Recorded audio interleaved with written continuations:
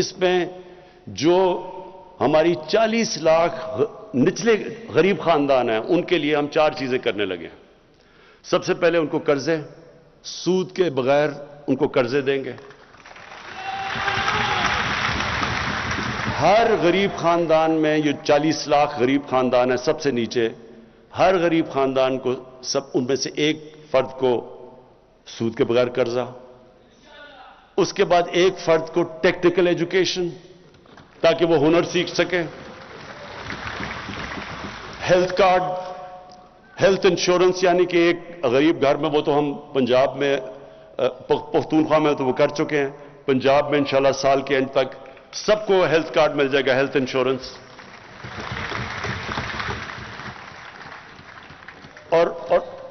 اور اس کے علاوہ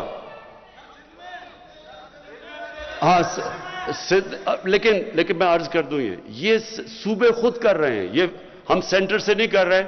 انشاءاللہ جب یہ ساری صوبوں میں ہو جائے گا تو سندھ کو بھی پریشر پڑ جائے گا، سندھ کے اوپر بھی، کہ ان کو بھی دینے پڑیں گے ہیلتھ کارڈ. اور پھر جو ہمارا بہت بڑا پروگرام ہے، جو ہم نے افورڈیبل ہاؤسز، لوگوں کو گھر دینے ہیں، غریب طبقوں کو جو آج تک کبھی پیسے ان کے پاس نہیں ہوتے گھر بنانے کے لیے، تو ایک غریب خاندان کو ہم پورا سود ان کو ہم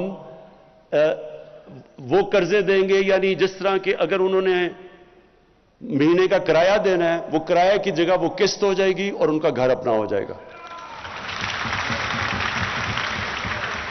کسانوں کے لیے کسان کارڈ، یہ پہلی دفعہ ابھی پنجاب میں شروع ہے. یہ ہماری ساری انشاءاللہ جدھر بھی آزاد کشمیر میں بھی، گلگت بلتستان اور پختونخوا میں بھی، اس کا مقصد یہ ہوگا کسان کارڈ کا کہ بجائے کسان کے اوپر واؤچرز ہوتے تھے اور بڑے مشکل ہوتے تھے، ان کو پیسہ بھی نہیں نیچے پہنچتا تھا، اب ان کو کارڈ ملے گا. اس کارڈ کے اوپر جو بھی سبسڈی ہے، کھاد کے اوپر ہے، ٹیوب ویل کے اوپر ہے، کیڑے مارنے والی دوائیوں پہ ہے، اور اگر کوئی فصل ان کی خراب ہو جائے تو ڈائریکٹ کارڈ کے اوپر اب ہم سبسڈی دیں گے. یہ انشاءاللہ سال کے اینڈ تک پورا کسان کارڈ ساری جگہ چلا جائے گا. اور کسانوں کے لیے اس کے علاوہ 10 ڈیمز بن رہی ہیں پاکستان میں. انشاءاللہ اگلے 10 سال تک ہماری 10 ڈیمز پوری ہو جائیں گی. 2025 میں مومن ڈیم سب سے پہلے بن جائے گی، اس کے بعد پھر داسو. اور اس کا یہ ہوگا پہلی دفعہ پاکستان میں 50 سال میں کوشش کی ہے کہ پاکستان کے ریزروائرز بڑھے تاکہ کسانوں کو پانی زیادہ ملے، کیونکہ آگے پانی کا بڑا مسئلہ آ رہا ہے. اور پھر تعلیم میں سب سے پہلے تو ایک کریکولم، ایک نصاب. یہ بڑا مشکل کام تھا. میں اپنی ٹیم کو، دونوں جو ہمارے پروونشل اور فیڈرل ایجوکیشن منسٹرز ہیں، ان کو خاص طور پہ میں داد دیتا ہوں. بڑا مشکل کام ہے ایک نصاب، کیونکہ انگریزوں کا بنایا ہوا سسٹم تھا. ایلیٹ کے لیے انگلش میڈیم، لوگوں کے لیے اردو میڈیم، 7 دینی مدرسے، 3 سسٹمز تھے. یہ بڑی مشکلوں سے ہم ایک نصاب لے کے آئے ہیں. اور اس کا مقصد کیا ہے؟ اس کا مقصد یہ ہے کہ عام لوگوں کو، جن کو موقع ہی نہیں ملتا اوپر آنے کو کیونکہ ان کو انگریزی نہیں آتی، تو ان کو انگریزی بھی سکھائی جائے، اور دوسری طرف جو انگلش میڈیم ہے وہ بالکل ایک علیحدہ ہی قوم نہ بن جائے، وہ ان کے اندر بھی پاکستانیت ڈالیں. اور ساتھ ساتھ جو سب سے بڑی چیز انشاءاللہ اگلے 5 مہینے میں ہو جائے گا، 8، 9 اور 10 میں کلاسز میں ہم ایک سیرت نبی کا پورا ایک کورس شروع کر رہے ہیں.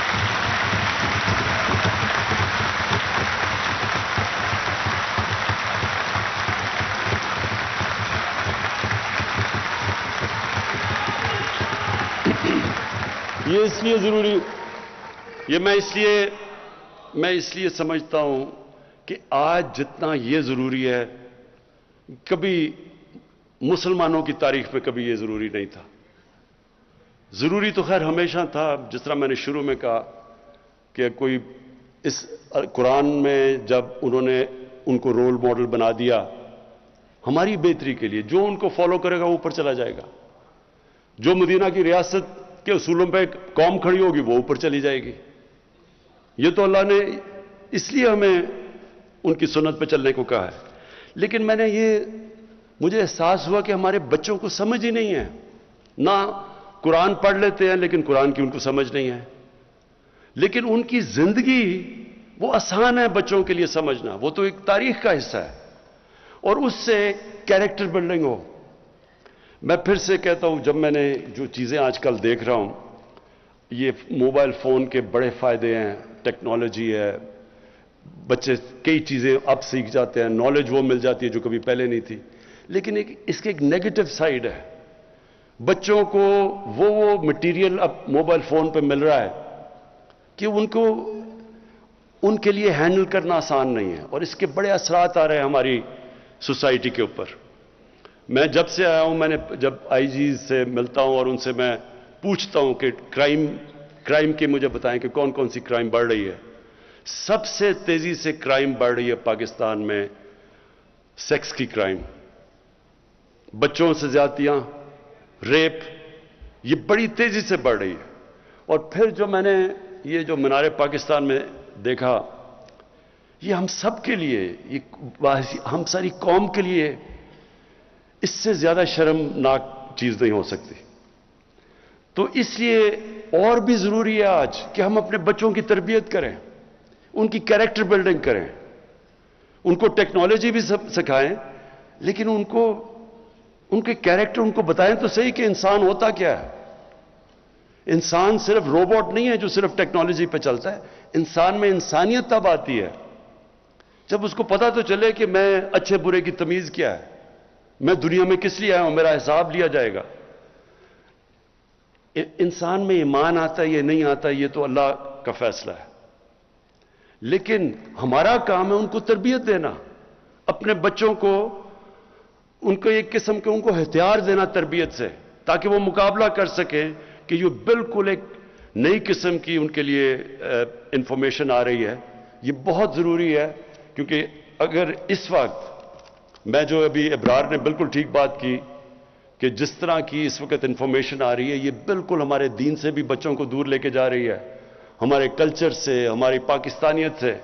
تو اس لیے انشاءاللہ یہ جو ہماری کوشش ہے اب کہ سارے بچوں کو ہم 8, 9 اور 10 کے اندر جو بھی بچہ ہے جس مرضی اسکول میں, انگلش میڈیم, اردو میڈیم, سب کو سیرت نبی کے اوپر پورا صحیح سکھایا جائے گا. اور پھر یہ جو ہماری پوری کوشش ہے کہ جو ہمارے علاقے پیچھے رہ گئے ہیں, بلوچستان پیچھے رہ گیا, ہمارا قبائلی علاقہ جو پرانا قبائلی علاقہ تھا وہ پیچھے رہ گیا, وہاں بھی غربت ہے, پڑھائی وہاں بھی کم ہے. تو ان سارے علاقوں کے لیے ہم نے اسپیشل پیکیجز دیے. بلوچستان میں ہماری گورنمنٹ نہیں ہے, سندھ میں ہماری گورنمنٹ نہیں ہے, لیکن ہم نے صرف غربت کے اوپر اسپیشل پیکیجز دیے ہیں. ہم نے 14 سندھ کی ڈسٹرکٹس, 9 بلوچستان کی ڈسٹرکٹس اور گلگت بلتستان, ان کے لیے ہم نے 1300 ارب روپیہ ہم نے ایلوکیٹ کیا ہے ان کو اٹھانے کے لیے.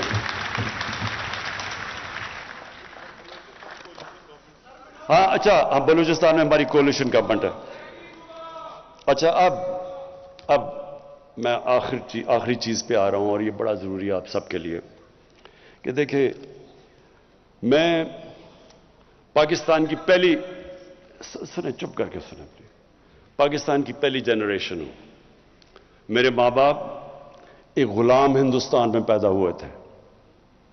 میں ایک پہلی جنریشن ہوں جو ہم ایک آزاد ملک میں پیدا ہوئے تھے. اور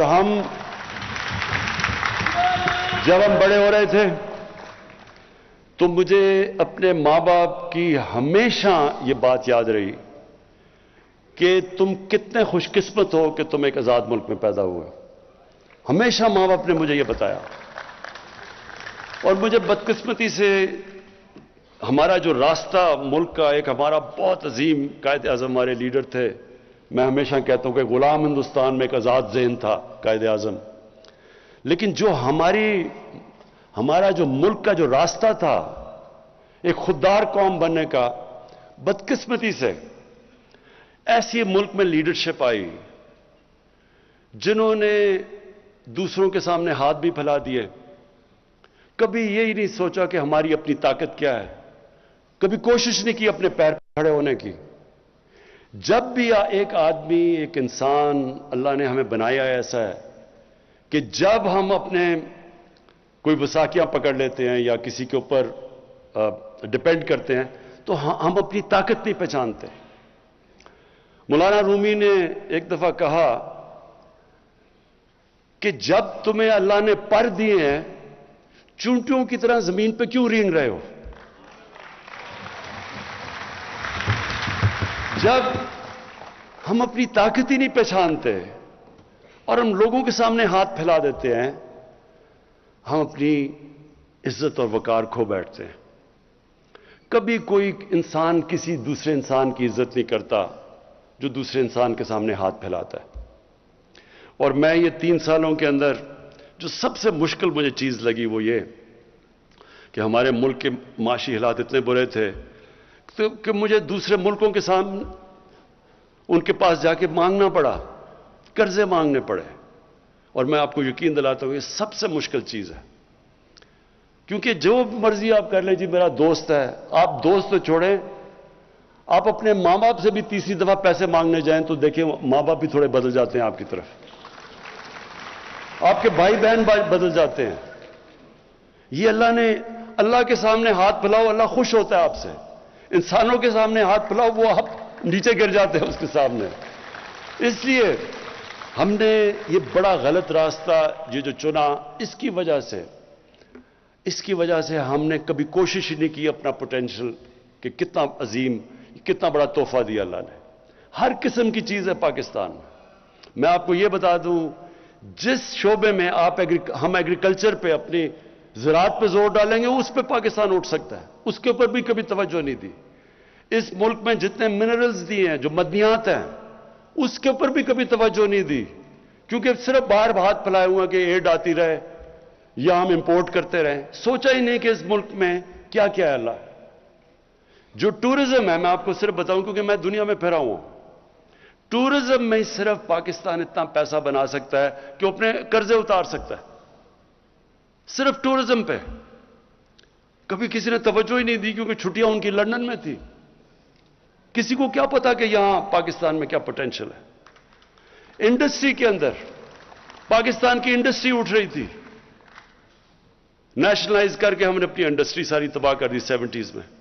ہمارے بینکرز دنیا کے اندر، BCCI دنیا کے اندر 14-15 نمبر پہ بینک پہنچ گیا تھا. یہیں سے لوگ اٹھے ہوئے تھے، لیکن آہستہ آہستہ آہستہ آہستہ یہاں پہنچ گئے کہ آپ سوچیں کہ 22 کروڑ کا ملک ہے اور ہماری ایکسپورٹس دیکھ لیں. پچھلے 5 سال میں جو ان کے پچھلے والے نون لیگ کے 5 سال تھے، ایکسپورٹس بڑھی نہیں. جو 5 سال پہلے تھی ان کے وہ اینڈ تک اتنی ایکسپورٹس تھی. جب ملک ایکسپورٹ ہی نہیں کرے گا اس کے پاس آمدنی کدھر سے آئے گی؟ کیسے ملک آگے بڑھ سکتا ہے؟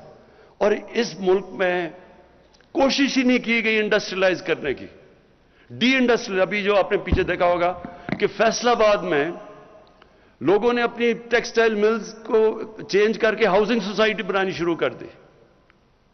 ہماری ٹیکسٹائل انڈسٹری جو مین تھی وہ نیچے چلی گئی. تو اس وقت جو ہمارا ملک جس راستے پہ ہے، انشاءاللہ پہلی دفعہ ایکسپورٹس ہماری بڑھ رہی ہیں. ہمارا ریمیٹنسز جو ہمارا اوورسیز پاکستانی، یہ یاد رکھیں سب سے بڑا اثاثہ بیٹھا ہوا ہے. ابھی تو ہم نے ان کو پوری طرح ملک میں ماحول ہی نہیں پیدا کیا کہ وہ یہاں کے انویسٹمنٹ کریں، لیکن وہ ماحول پیدا ہو رہا ہے. ایز آف ڈوئنگ بزنس میں 28 پلیس پاکستان اوپر چلا گیا ہے. یعنی آسانیاں پیدا کر رہے ہیں ہم باہر انویسٹرز کے لیے.